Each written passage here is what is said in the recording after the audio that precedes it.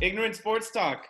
Here we are. Welcome one, welcome all to another discussion. And on today's agenda is the NBA's planned and approved return to the season. Now, first we'll talk about our initial thoughts on the structure they put in place and whether we think this is going to work, I'm guessing. So, let's begin. Who would like to kick us off? Nice bow tie. Thanks. I even shaved my head just to be more like Ernie. All you need is some glasses now, bro. You go get your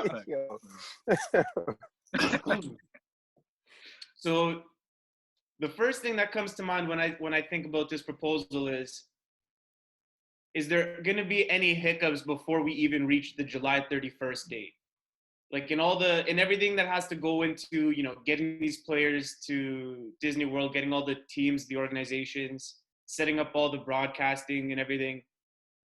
When July 31st hits, will it come cleanly or will there be problems along the way?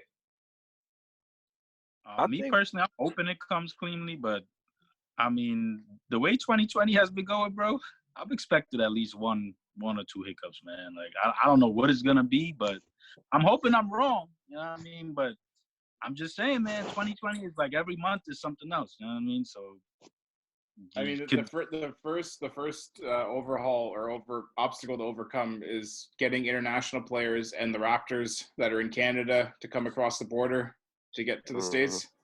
Yeah. Because I think I'm pretty sure the border is still closed with Canada. Yeah. So there has to be some sort of exception granted to send whichever Raptors players are still in Canada to get there across the border. Sorry, I don't know how many players are overseas, like in Europe, for example, but anybody who is not in America, they have to overcome that obstacle of getting them across to the U.S.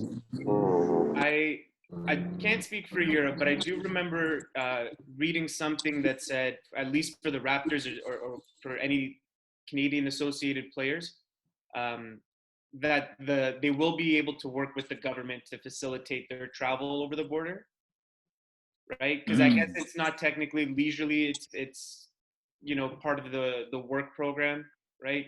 Supply chains and stuff that they're keeping open to cross the border. So I think there's something there for at least Canada. As for the rest of the international players, it might be a headache. That makes sense. Yeah, it definitely makes sense. I'm pretty sure they're gonna have to like test everybody for the coronavirus as well before they even get into Disney. Yeah. So the schedule for all this is they're gonna start testing for coronavirus on June 22nd. Okay.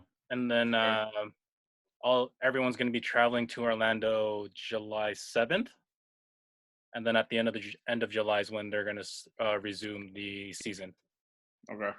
Cool. So the only hiccup I see is like if a player or two or like a referee or anyone will probably test positive for the virus.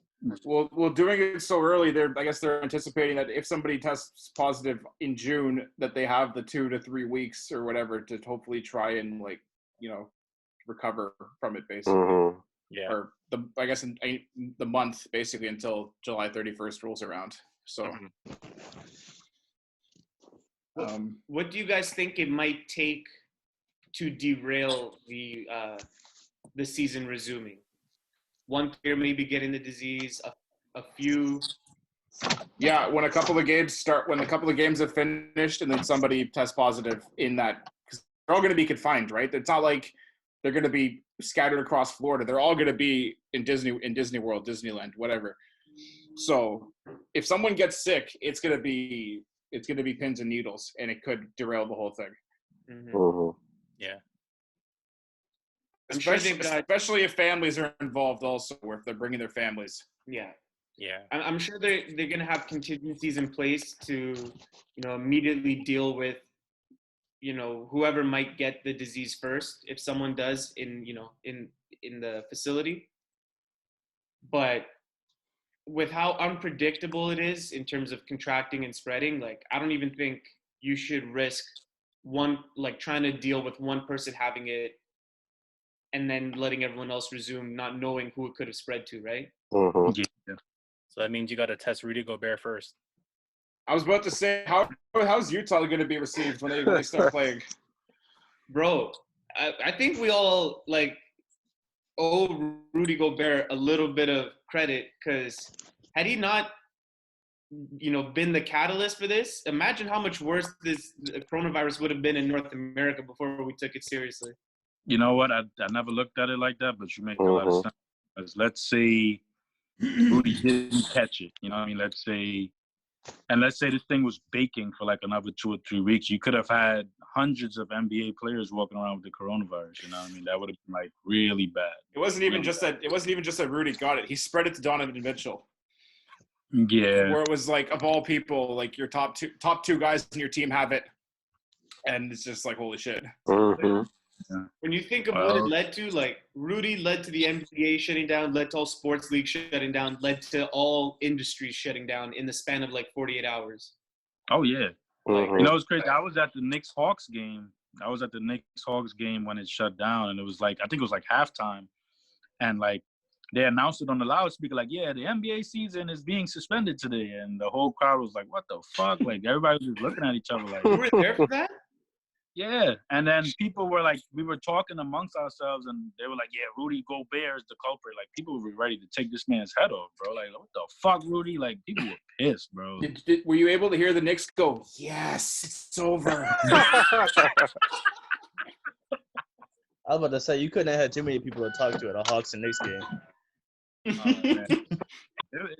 Believe it or not, it was a hard-fought battle. There was a quote-unquote, I know I'm going to get backlash for this, but there was a quote-unquote playoff atmosphere in there. You know, so, yeah. That was Vince's last game. Pretty much. Yeah, that's eerie. Oh man. God. How do we feel about that? How do we feel about Vince, retiring now? Legend. Yeah. I'm very happy that, despite the season having ended for him early like that, the crowd, the Hawks organization, the team members all were able to get him back on the court, get him that last shot up. I feel like, in the context, that was a very tender moment, sweet moment for him to end his career on. I know it's not the best or the most ideal, but for him to have some kind of moment for himself, recognizing what he's done. I saw this on Twitter. I can't remember who wrote the article or if it was just a tweet. I apologize for that. But it was basically that Vince Carter showed that you could age gracefully in the NBA. You don't have to just be like ousted after as soon as you hit like a certain age. Because he, I mean, friggin' 20 years, am I right? 21 years. He accepted that he wasn't going to be Vinsanity anymore, and I just love playing basketball, and he just accepted his roles as like a key, bench guy, mentor, role model, and it ultimately added to his because like it wasn't like necessarily like, I mean, not to dunk on Knicks players, more like a Carmelo Anthony thing where like he just abruptly leaves for a few years and doesn't like want to like come off the bench and like doesn't admit that like he isn't the same player that he used to be. Yeah, it's very when you think about the type of player that he was and how prolific he was, I feel like it's remarkable to me, because you look at somebody like Iverson, right? Iverson ended up leaving the league because he didn't want to come off the bench in Memphis. You know what I mean? And the guy still had a lot of gas left in the tank, but because of pride, he didn't feel like he was a backup. So that's what ultimately led to him retiring. You know what I mean? Like somebody like Vince, who was averaging 26, 27 points a game at a time, to just turn into like a role player. You know what I mean? Don't get me wrong, he was still averaging over 10 points a game for pretty much his whole career, but somebody that averaged 20 points for 11 seasons, you know what I mean?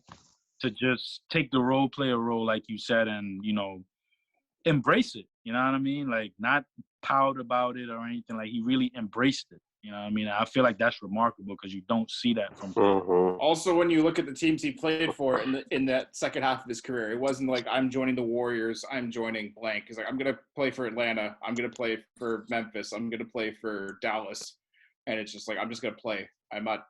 If we win, fantastic, but I'm not gonna go to a super team. Yeah, Mm-hmm. Just to ride the bench.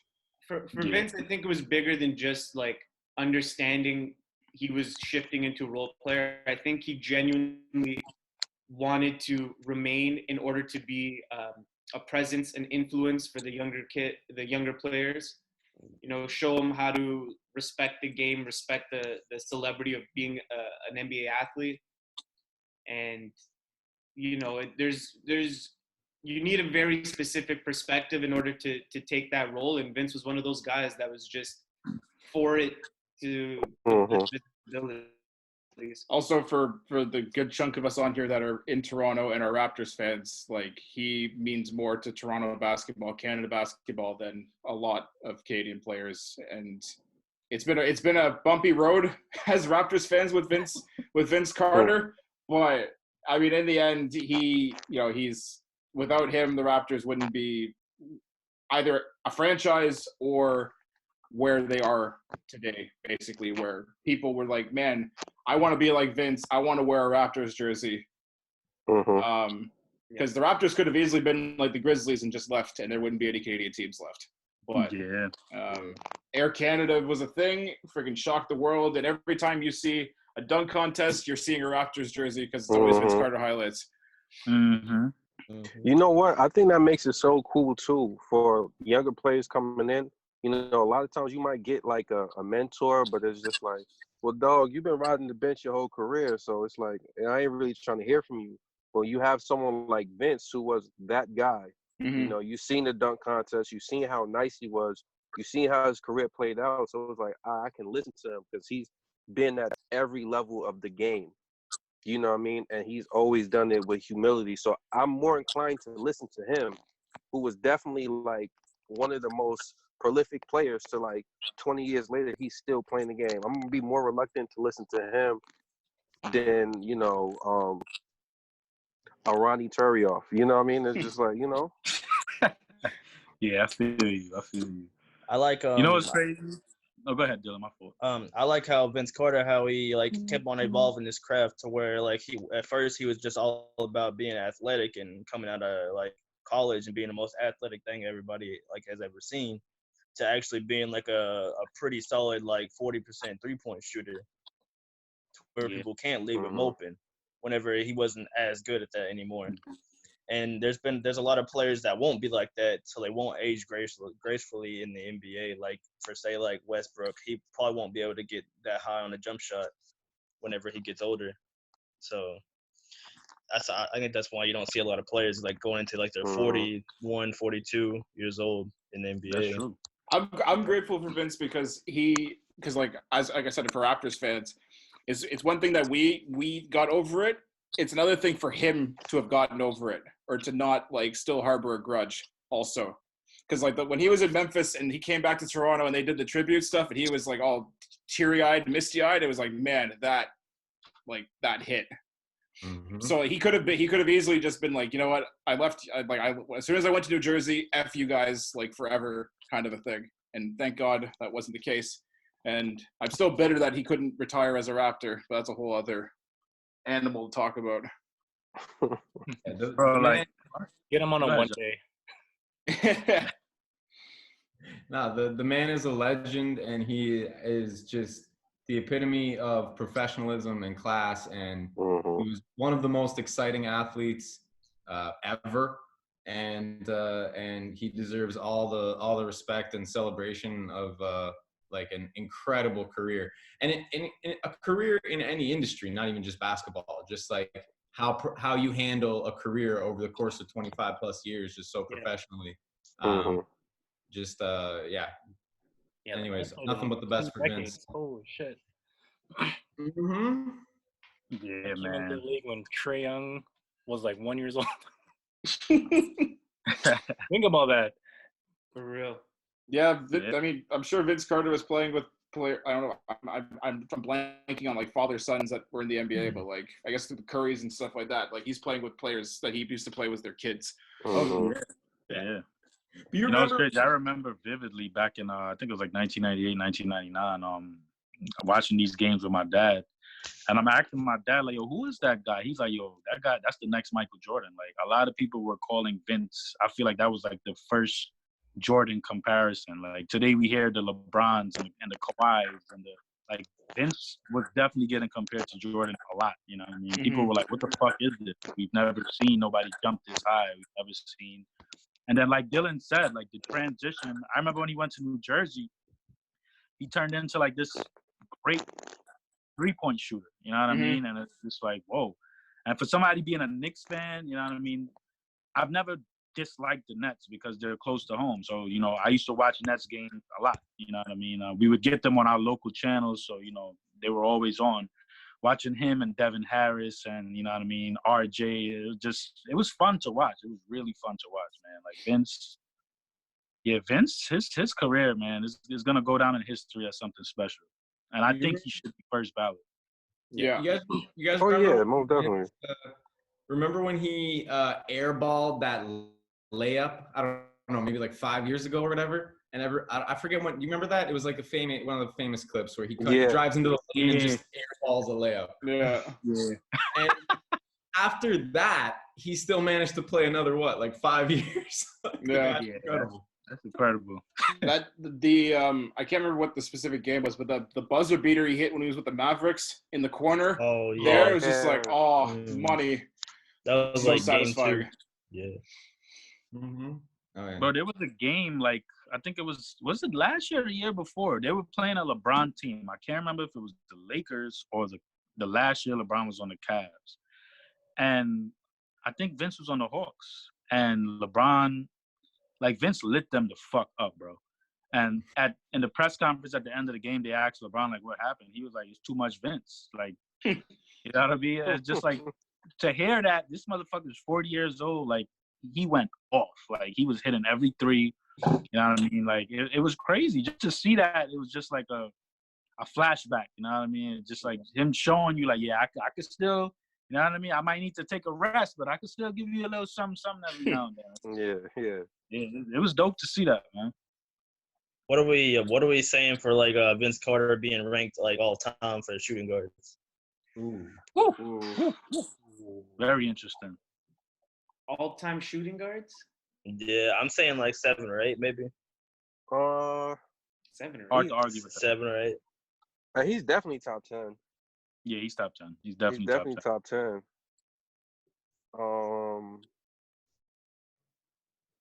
I mean, so like, legitimately, like, I know for a fact we're gonna have Mike, we're gonna have Kobe in there, we're gonna have D Wade in there, but then after that, it's kind of like Allen Iverson.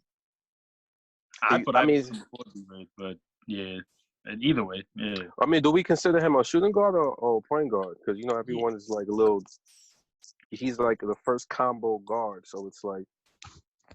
I mean, he played the two more. Point guard, but I guess it's.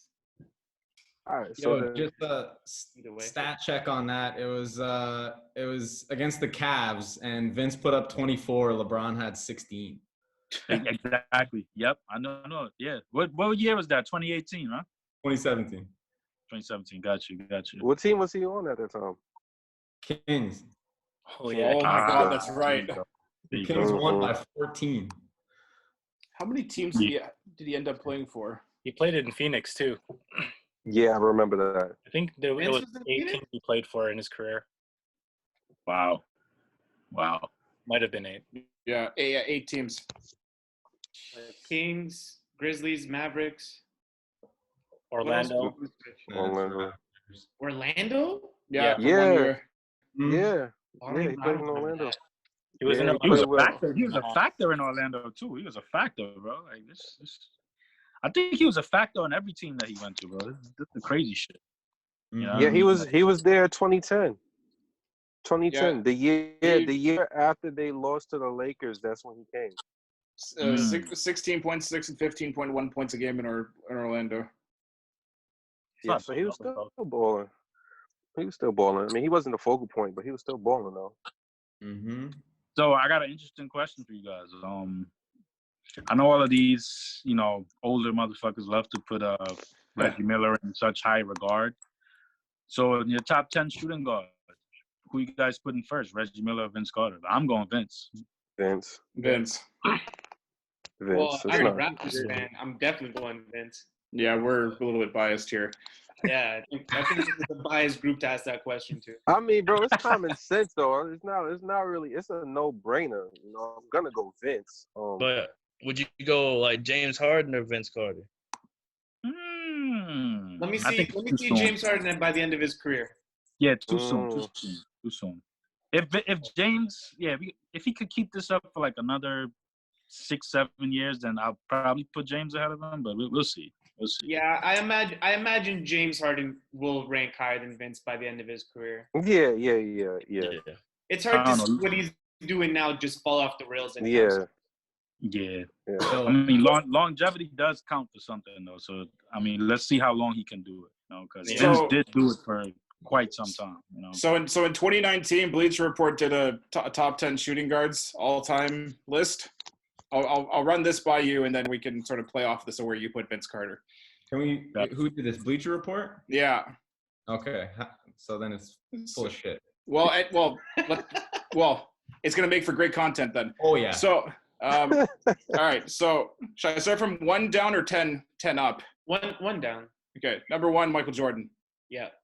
Number 2, Kobe Bryant. Yeah. Number 3, D Wade. Number four, James Harden. Okay. Number 5, Figs' favorite player, Clyde Drexler. Number 6, Manu. What? At 6? Hold on. No. Where is Allen Yo. Number. I think at this one they put Allen Iverson as point guard. I think. Yeah, I would assume he's a point guard. Because he's not on this list. I assume they put him as a point guard. That's nonsense. I'm about to say. Number 7. Number 7 is Reggie. Okay. Number 8 is Ray Allen. 9 is the Iceman, George Gervin. Small forward. And number 10 is T-Mac. Timeout. Terrible. How the fuck Terrible. did Reggie get in front of Ray and T-Mac? How the fuck? That's first and foremost. Like, that don't even make sense to me. Why is Clyde Drexler even so high up on the list? I don't know, bro. Like, I'm not jacking it. Like, I'm not jacking it. I'm not jacking it at all. Terrible list. That's a fucking awful list. Bro, Ridiculous. Clyde Drexler like kissing the bottom of T-Mac's shoes over here, and he over here unbuckled by like 5 spots. Is Vince a shooting guard or would he be a small forward? No, he's a shooting guard. Shooting guard. T-Mac was a small forward. Then to have Vince not on that list at all is weird. I found another top 10 list from ESPN if we want to go down this road again. Yeah, go ahead. All right, so this is from 2016 from ESPN.com. 1 Jordan, 2 Kobe, 3 Jerry West, 4 D Wade, 5 Clyde the Glide again, 6 is Iverson, 7's Gervin, 8's Ray Allen, 9's Reggie, and 10 is Earl Monroe.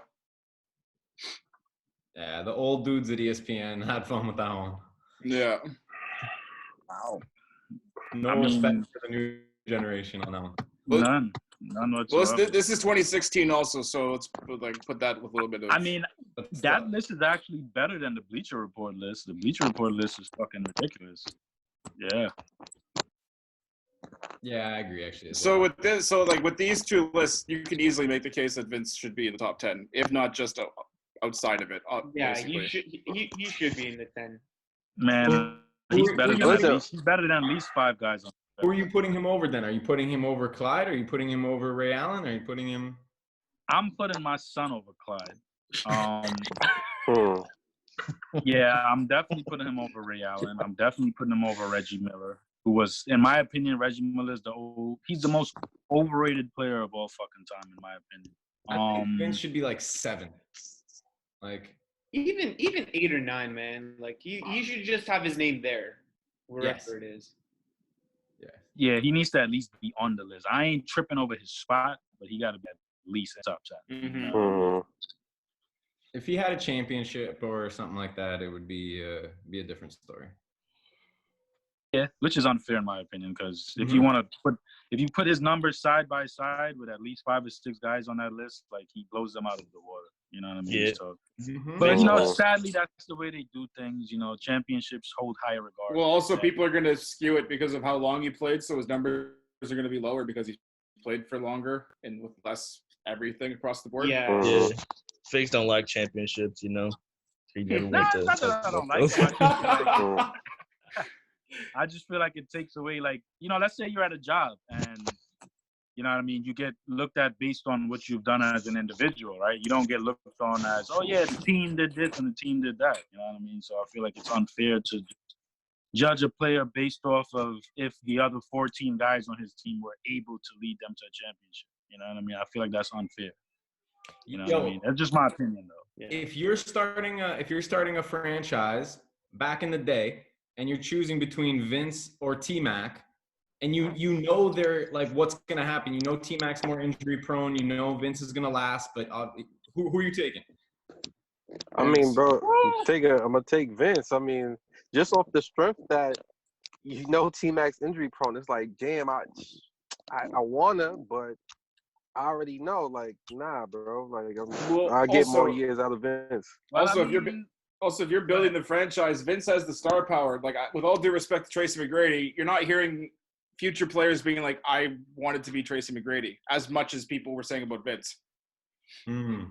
So if you're building a team from the ground up, well, yeah, I gotta. I disagree mean, with that. what I this love Vince, this but I'm taking T-Mac. I gotta go with T-Mac. Like If T-Mac, you're- I know he's injury prone, but if Um, you're what- looking at it, here, if Huh? you're building off, like, let's say you're just building off like a 20-year span, just the same amount of years that Vince played, we're basing it based off that amount of years. Knowing what you know, you would still pick T-Mac over Vince. all right, here's the thing, right? Vince wasn't at his peak for 20 years. He was only at his peak for 11.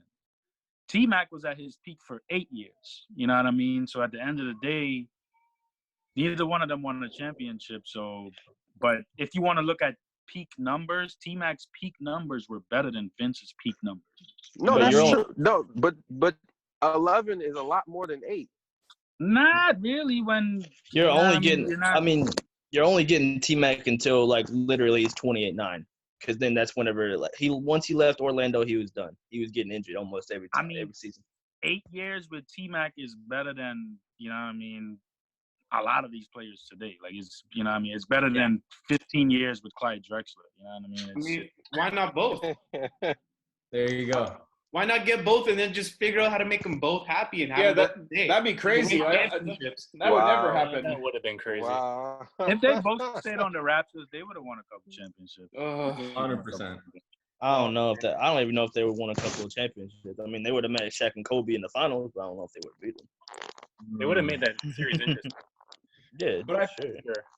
I think when T-Mac was when he was on, like when he was playing at his peak, like he was like Jordan on the Nah, yeah, I feel like when T-Mac's in the zone, bro, there's nothing you could do. There's nothing you could do with him. Like, he was just one of those players, like, for his size, being able to move the way he can move, being able to handle the rock, being able to shoot the way he can from deep and play make, it's just like Kobe said, like, he's just like me, just 2 inches taller. There's nothing you could do with that. It's interesting. There's some players that are like that, where they and one of my favorites, and I know some of your favorites as well, our boy Latrell. There are some players like that they can be the greatest player in the world for like 20 minutes or for like a few games, but they just don't have the consistency. And just it makes me appreciate players like Vince Carter who can be consistent for like 20 years. Because you look at some of these players, like even Lance Stevenson. Lance, like once in a while, this guy looks like the 5th best basketball player for like one game, and but he can't hold it. The next game he looks like trash. You know, my man's J.R. Smith, yo, he was another one, man. Like, Jeremy Lin. Oh boy, he is the ultimate. That was kind of 4 weeks. Well, the crazy thing was though, I was right there baseline, where on the Knicks shooting that when he hit that buzzer beater. It was crazy. The amount of like. I wish I knew you back then. Oh my god, I would have talked. Yo, what was like the energy like in the arena after that? Like, what did it feel like? It literally felt like a Game 7 playoff game, and like a bunch of Jeremy Lin fans flew from all over the world just to be at this one game. My cousin, he took off his Raptor shirt and had a Knicks shirt underneath. Oh no! I was like, wow.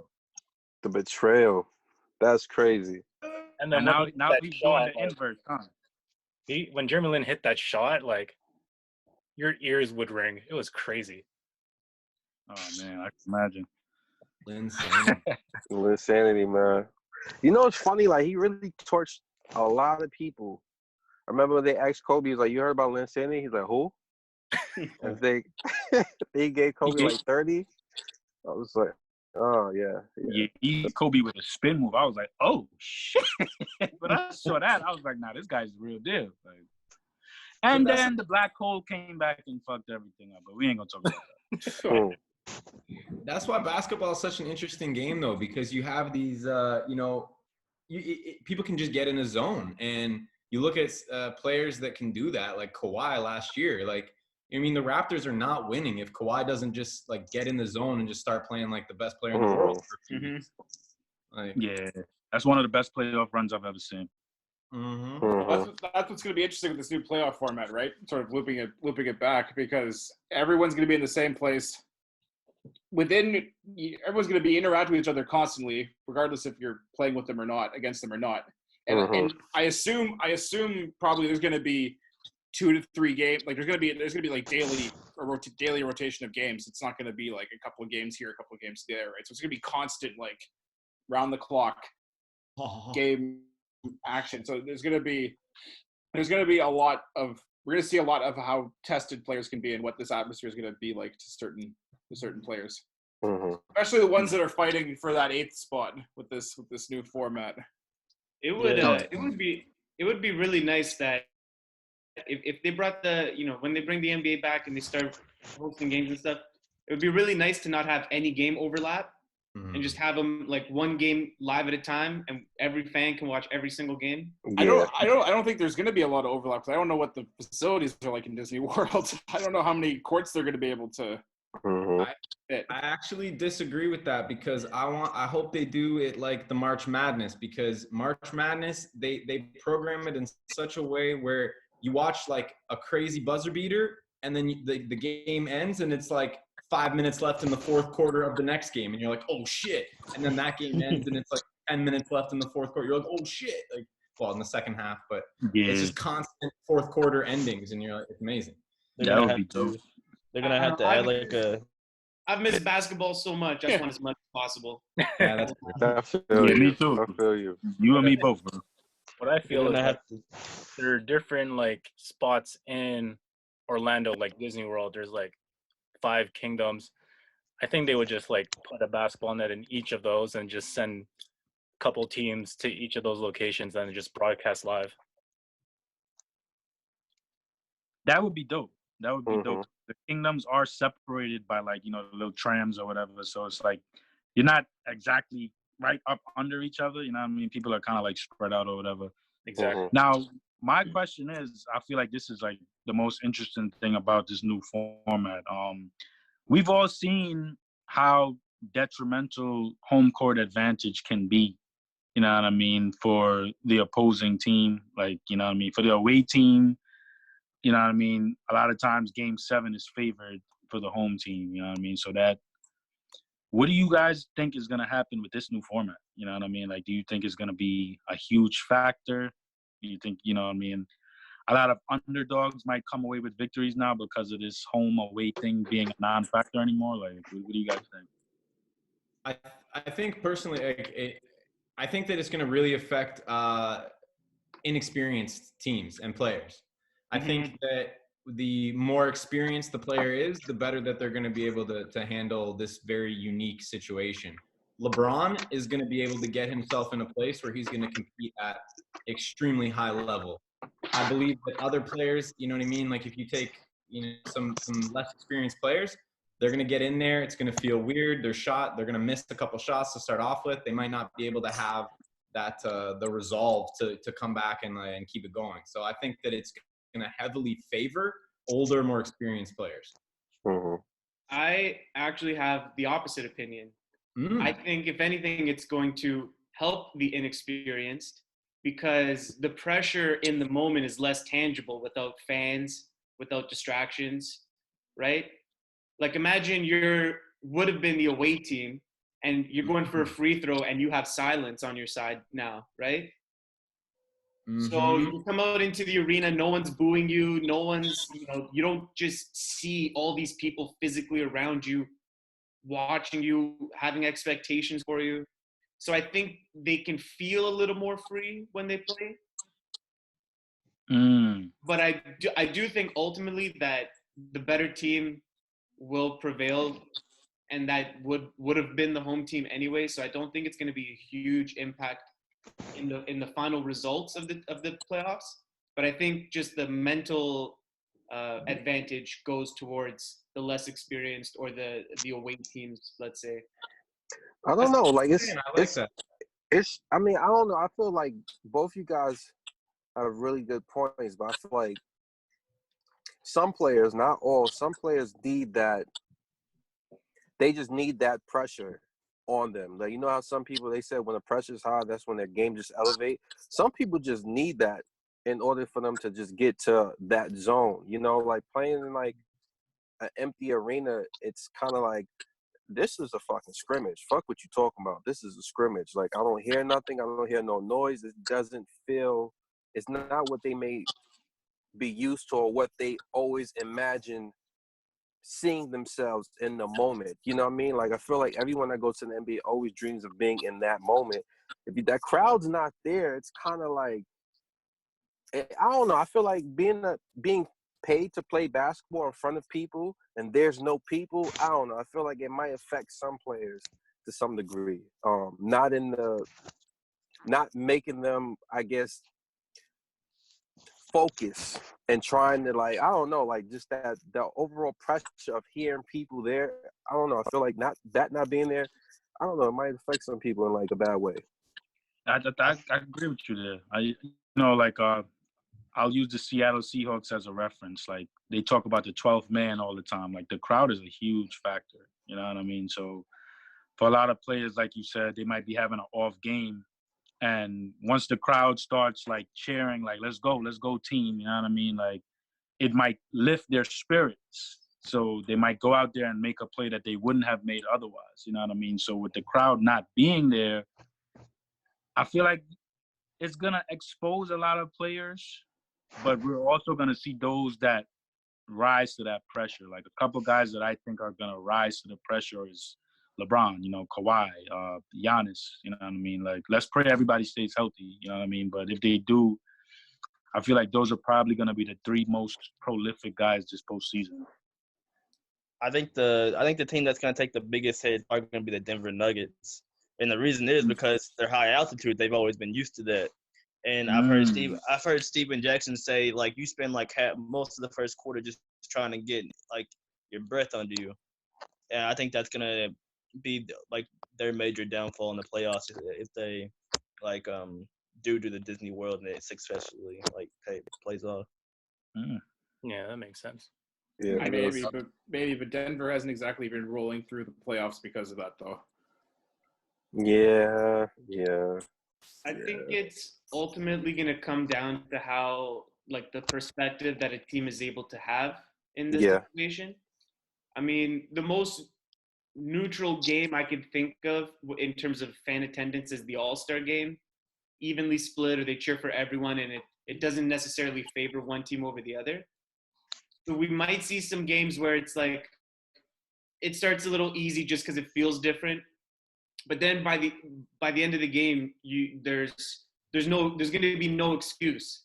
There's going to be no, oh, I was distracted. Oh, the home crowd wasn't for us, or none of that. It's that team's talent versus your team's talent, and it's strictly driven by the competition between the teams.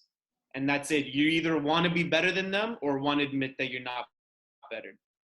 And what do you do? You got me so pumped about like sports right now, man. That's like that's my job, bro. That's what I'm here for. But yo, one thing just about the Denver Nuggets quickly. I think they're a really interesting case because I think personally their playoff success really is going to depend on Jamal Murray's girlfriend. Oh my God! Oh my God! We don't know what's gonna happen there, right? So, will she be able to join him in Orlando? We don't know. Oh my God! Well, the world has seen real her question. perform under pressure. The world has seen her perform under pressure, so I think she'll be. Wow! Jesus Christ! Oh, she's gonna be sucking the air out of the arena. Oh my God!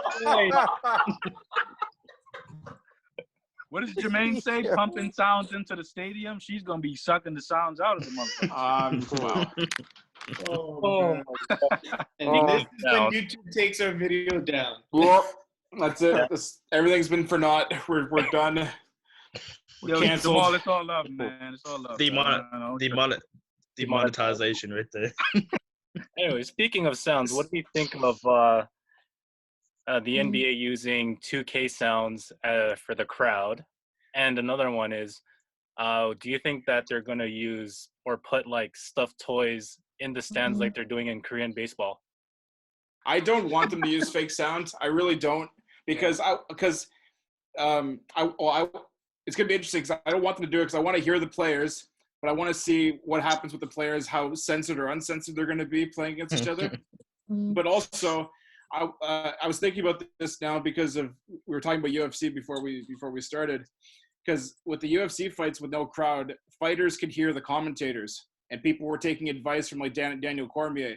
So I want to know, like, having the players actually hear the commentators clearly without like fake noise, how that would play off. Where it's like if like Kenny Smith says something about so and so, and then all of a sudden like they hit a dagger, and like, you know, completely like check them and stuff like that, or stuff like that. I think that'd be really funny to see. Being like, oh, you said that? All right, boom, I'm gonna like dunk on so and so. Charles Barkley he gonna be upset when the season starts. He's gonna be upset when the season starts. I'm telling you. That's the case. I'm very, very excited to hear Carmelo scream, "Get the fuck out of here!" when he gets the rebound. Yeah. ISO. Yeah. I don't think they should use. I think, like it or not, this season, if it ends and it, all goes well in terms of containing the virus and they have the playoffs and everything, it's going to have an asterisk regardless, right? At this point, whoever wins, deservedly so, of course, but there's going to be that asterisk just because of the circumstances. So I think the NBA should try and, try as many different things as they can with this playoffs this year, right? Do the 1 through 16 seeding. Don't try to replicate it. Let the stands be empty. Don't bring in fake noise. Let's see what happens from this. Well, with regards to like the empty seats, like the literal empty seats, what I think that they should do, if they want to like put stuff in there, have each team be like to their fans on like Facebook and Twitter, listen, send us a photo of yourself and we'll like make a cutout of you and put you in the crowd when we play. Like each team gets half a court. I'd be like, I think that'd be a cool way to have interact with like fans and stuff like that, where it's like we'll put you in the game or in the seats basically. What if they invited teams that aren't playing to watch in the stands? Right? Kind of like scoping out competition. That'd be a punch in the face. Like, that'd be.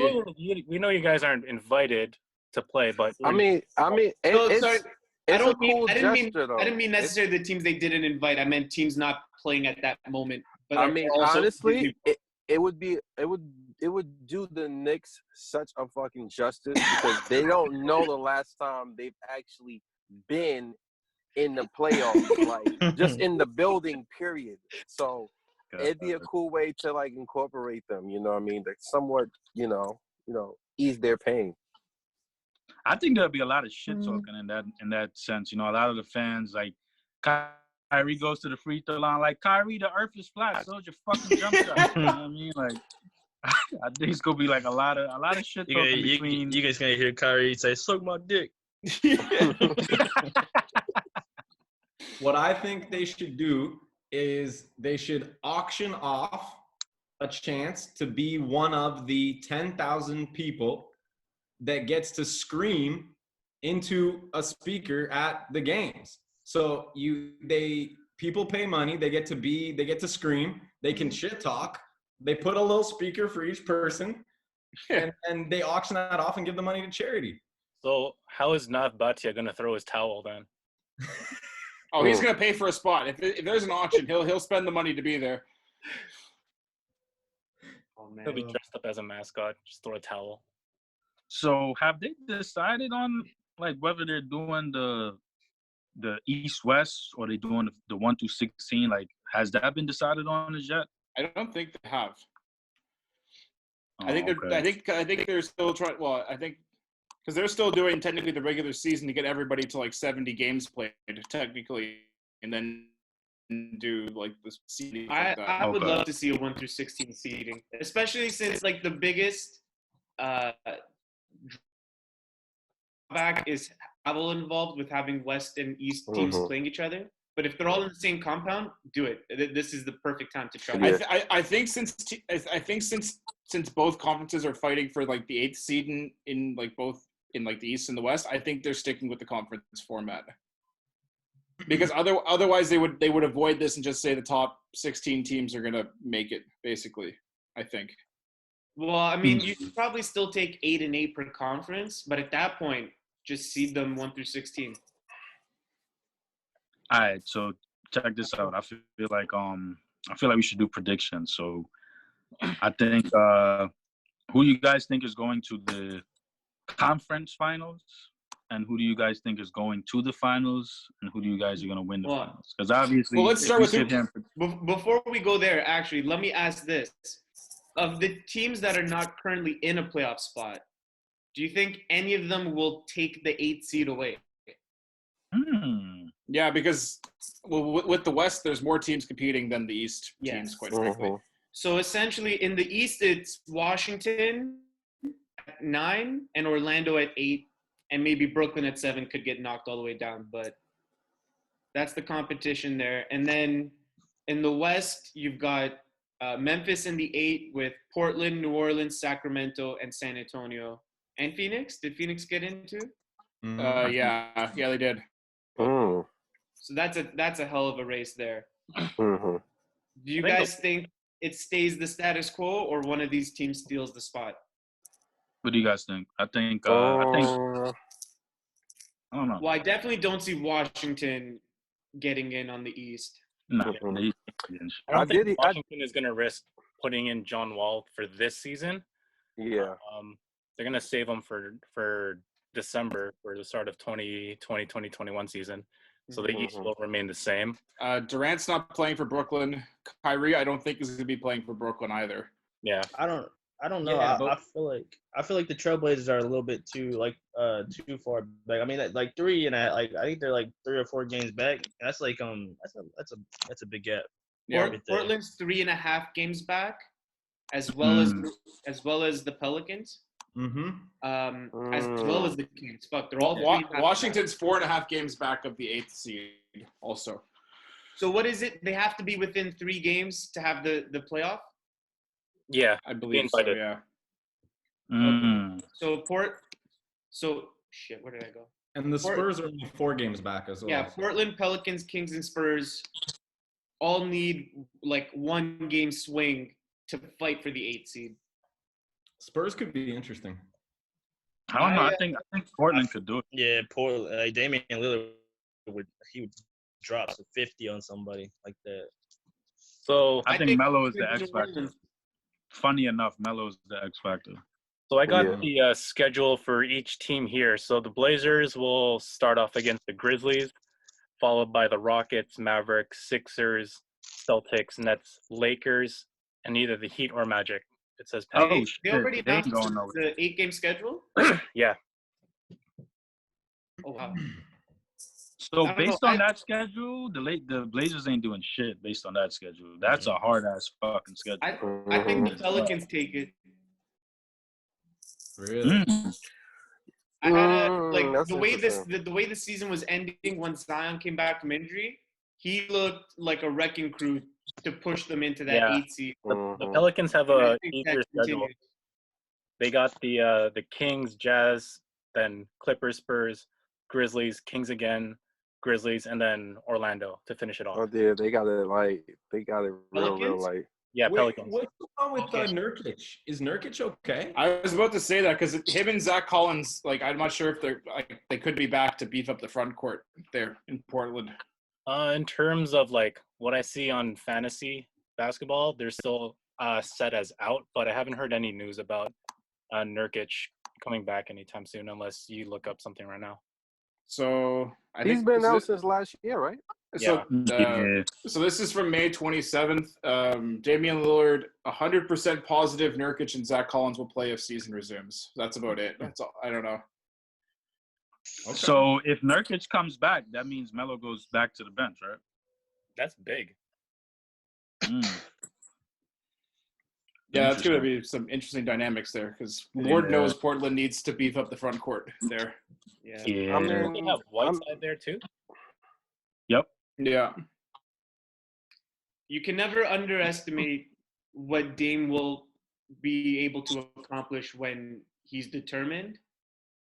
But especially with the schedule I just heard, I definitely think it's going to be the Pelicans now.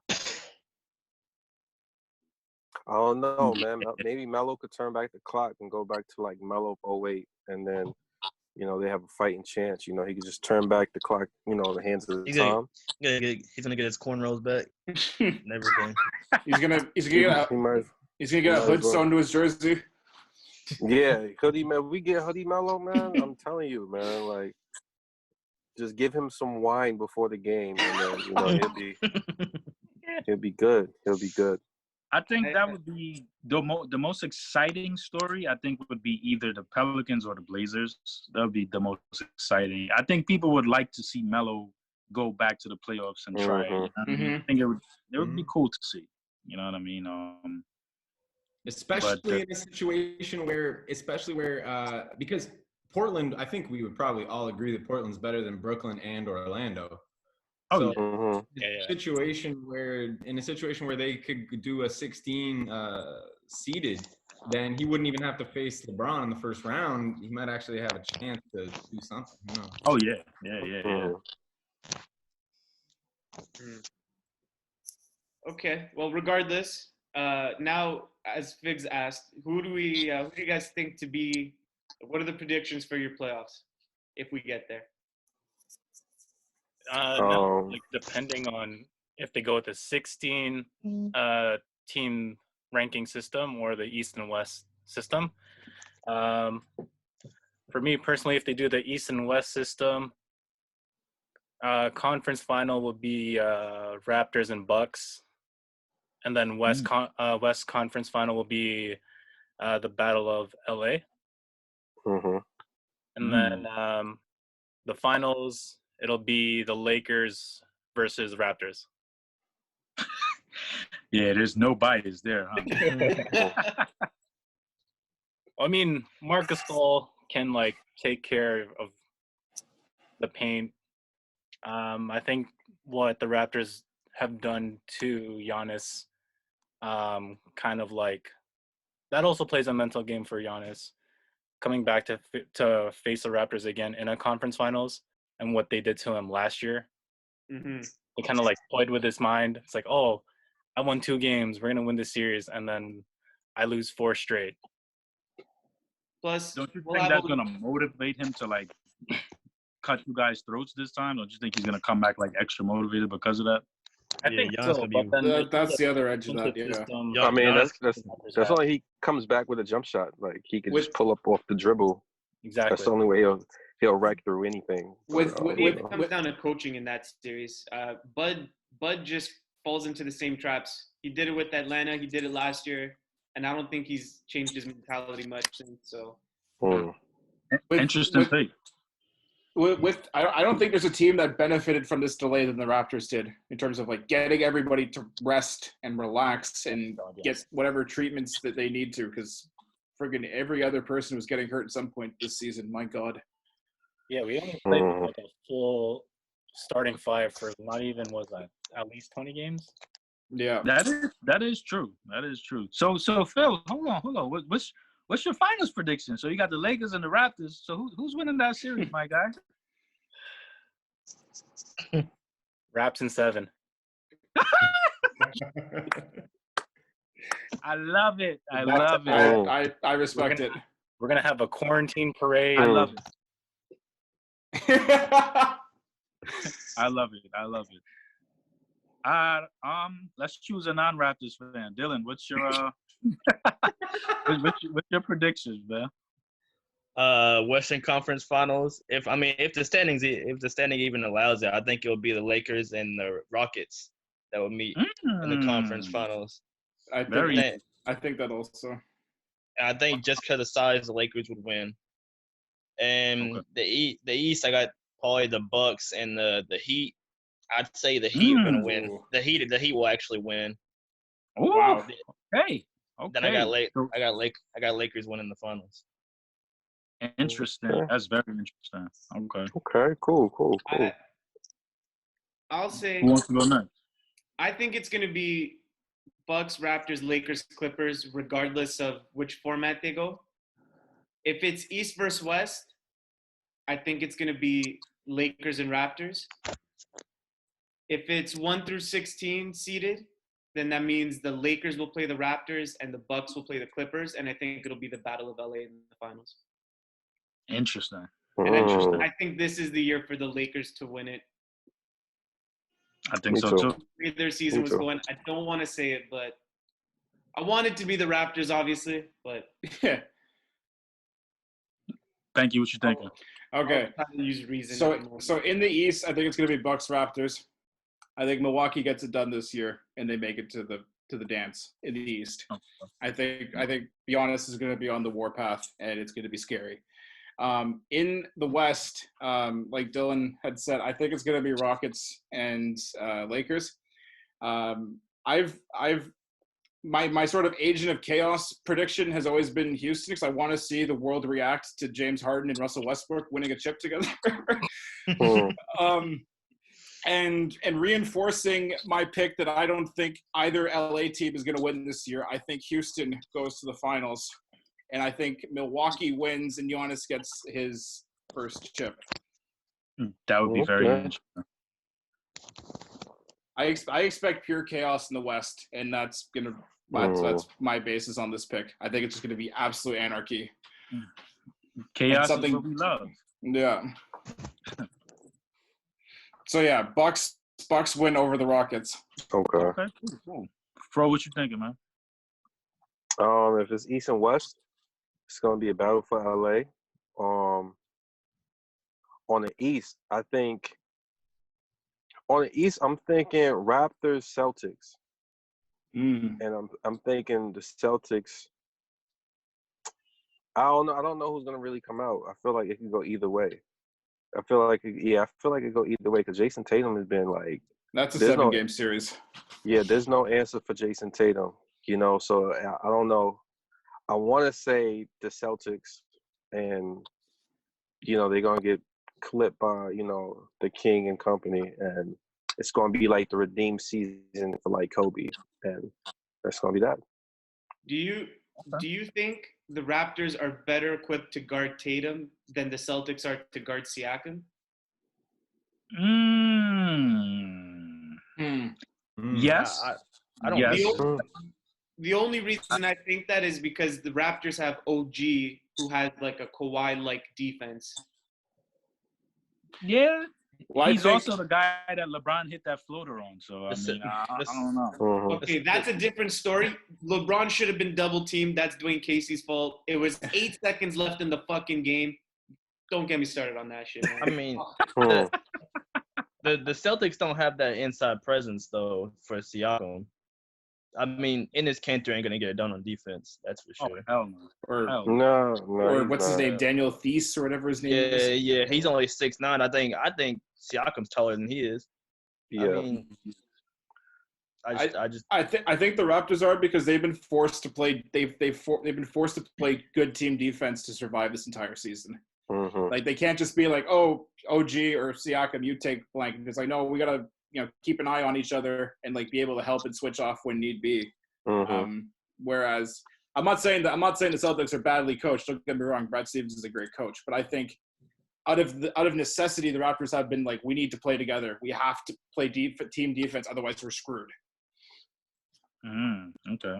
All right. So me personally, if it's East and West, I think the Raptors are gonna lose to the Celtics in a close 7-game series in the semis. So I think it's gonna be Bucks Celtics for the Eastern Conference Finals.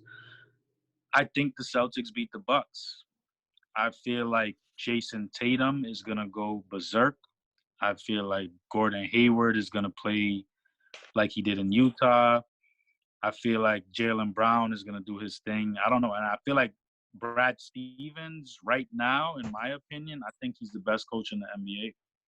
And I think that he's going to, like you said, you know what I mean? They might not have the best interior defense, but I think the play of Tatum, Hayward, and Jaylen Brown, and how could I forget Kemba Walker? Mhm.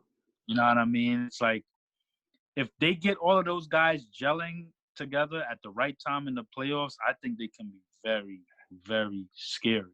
You know what I mean? So the West, I honestly am not as high on the Clippers as everybody else is. I do think that they're going to end up losing to the Rockets in a 7-game series in the semis. I think it's gonna be a hard-fought battle between, Harden and Kawhi, Westbrook, and Paul George. But at the end of the day, I think James Harden finally, proves himself to some degree, and he's going to do it in that series. However, when they face the Lakers in the Western Conference Finals, that small ball shit is not going to work against the Lakers. Anthony Davis is going to fucking feast.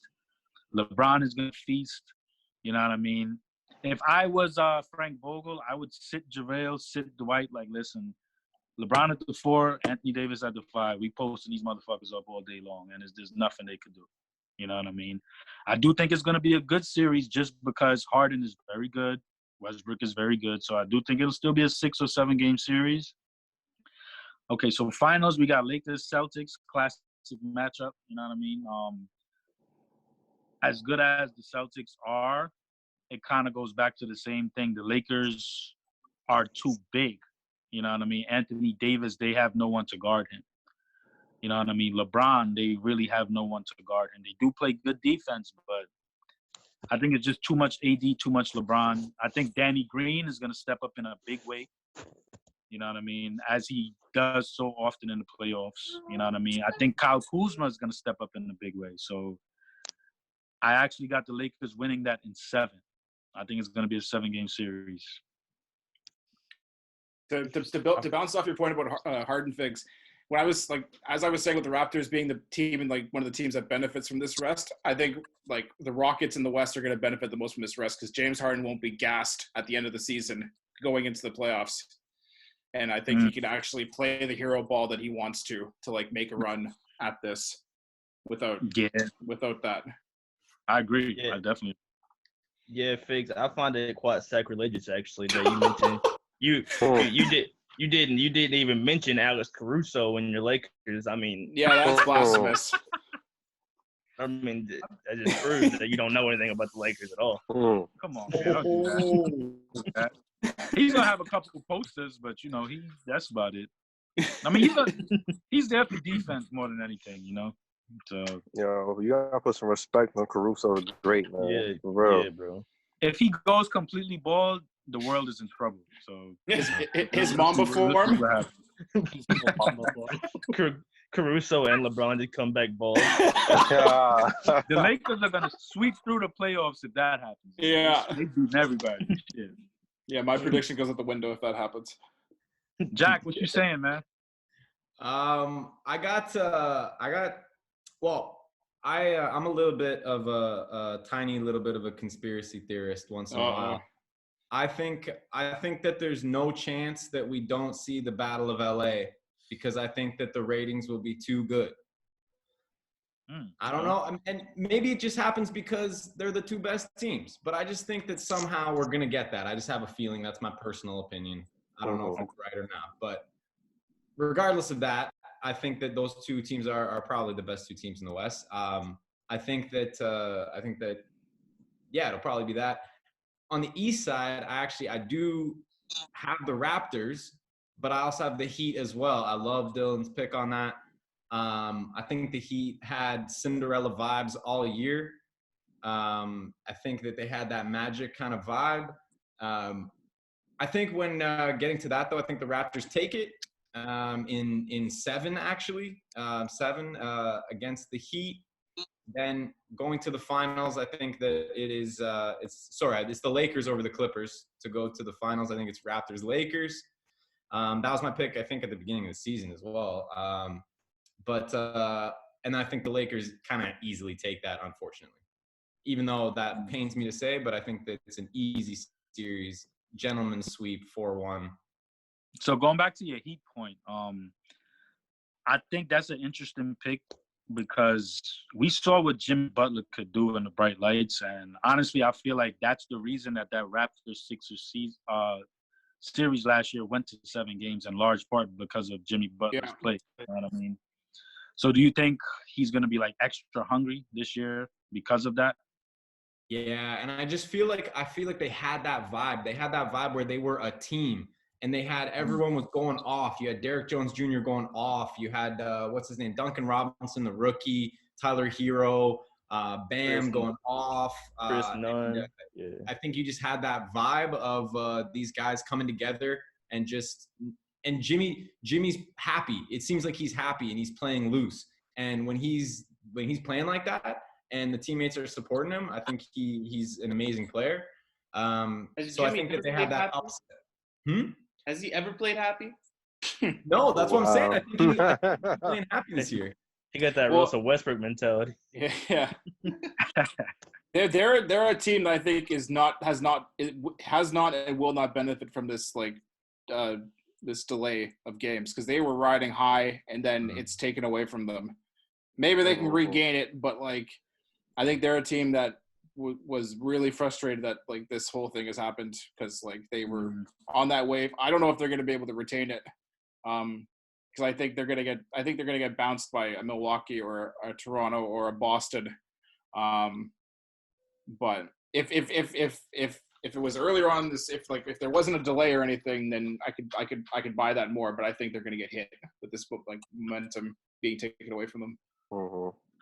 Sorry, Bro, did you finish your predictions? I can't remember what you said for the finals. Oh yeah, no, I said Lakers.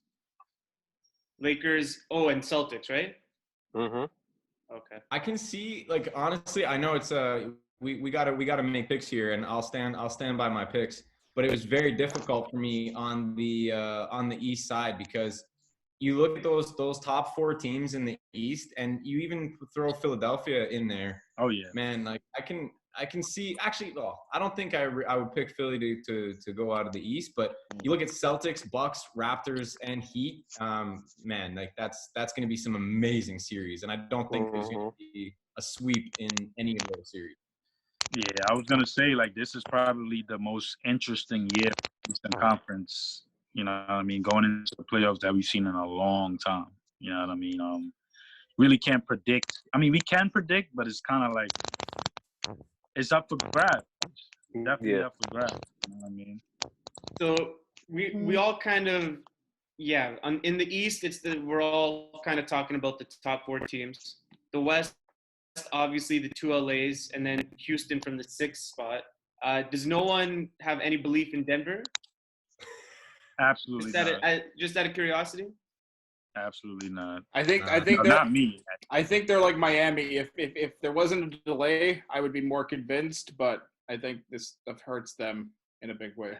I mean, I think we all know Utah's in a weird state at the moment. Who's willing to guard Rudy Gobert when they play Utah?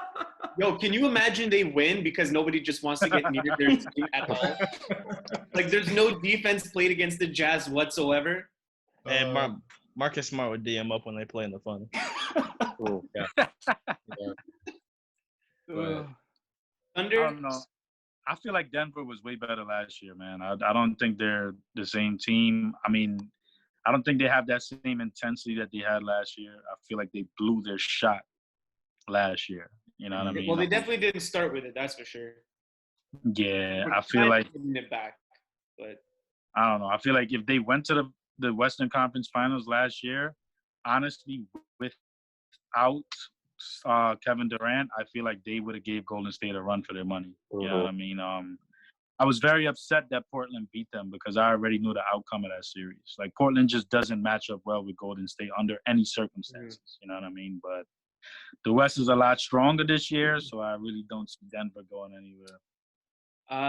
I don't know how we're doing for time. We might have to wrap soon, but I really want to ask this question.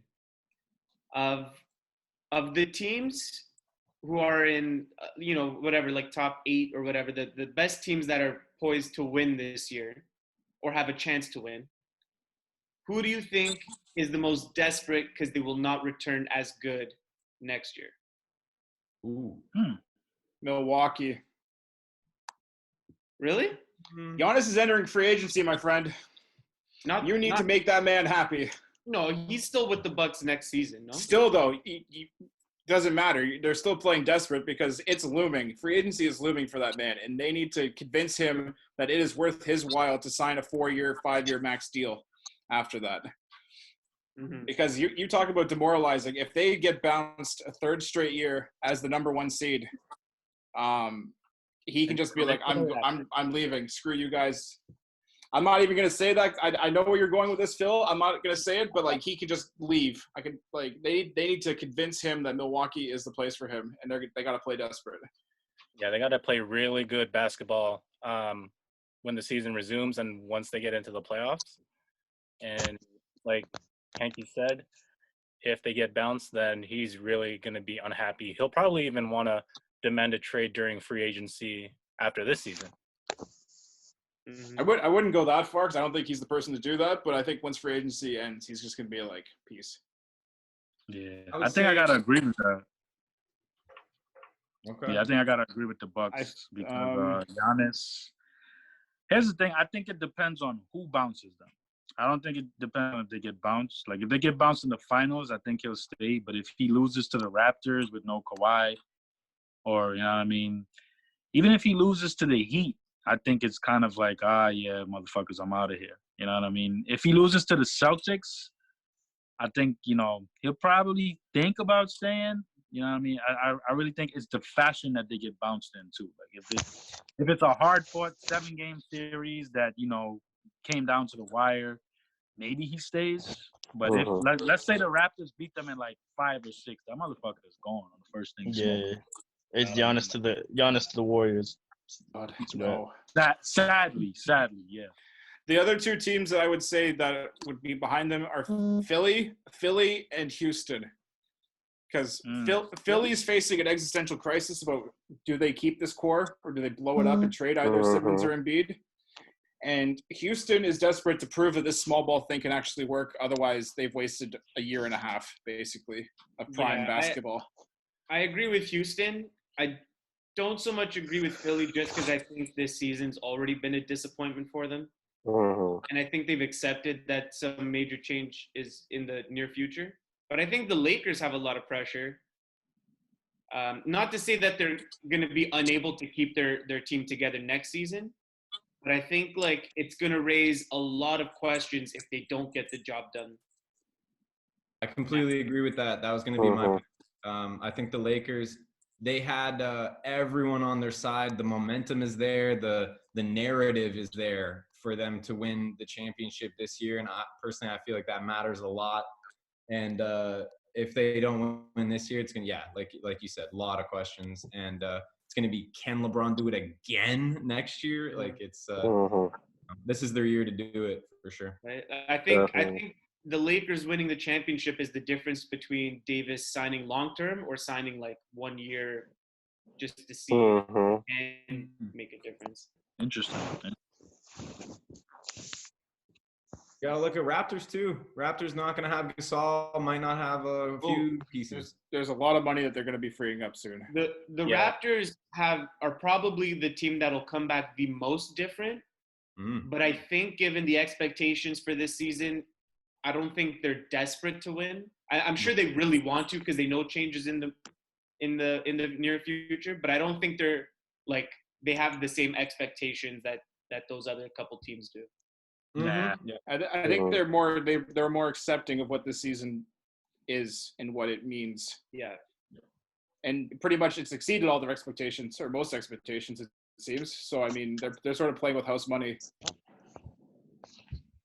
Yeah, I think they're gonna be the most relaxed team in the playoffs, honestly, because they're the defending champs, number one, number two. It's like they really don't have anything to lose.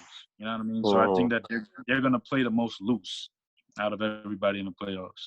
Also, they know what their team identity is. Yeah.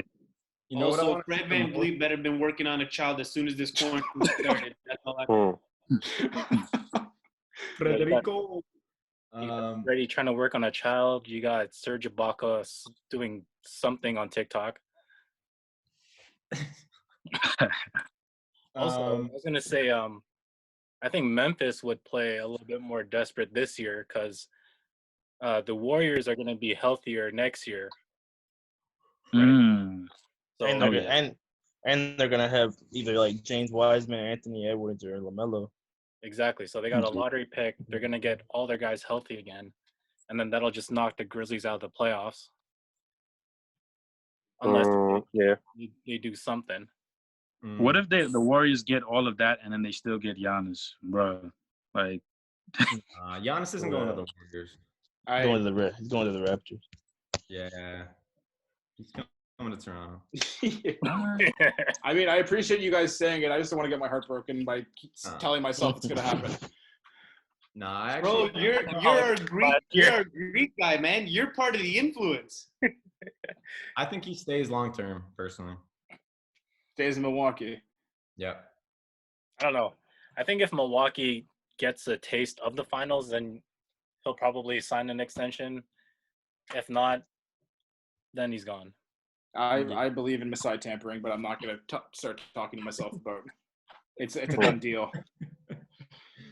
Oh man, you know what I want to see the most though? I want to see Brooklyn do really, really well in the playoffs while Kyrie and KD just get really mad about it. It's going to be a new Celtics thing. Listen, Spencer Dinwiddie is the truth, all right? That's all you need to know. Spencer Dinwiddie, he's it. Yep. It's his time now, you know what I mean? I really like him. And Dinwiddie we trust. Nah, bro.